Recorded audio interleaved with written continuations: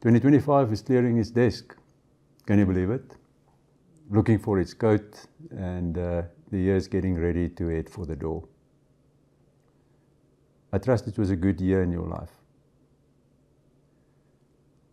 That you negotiated the hiccups successfully, all of them, because there were definitely a few hiccups in your life.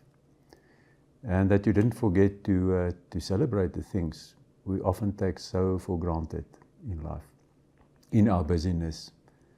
I also hope that you've already set aside a day to just look back, to decipher what happened in the last year, and to do yourself the favor and translate as many as possible of your experiences into insights, and just harvest the wisdom that deserves a place in your New Year's toolkit as well. I encourage you to diarize that day of reflection.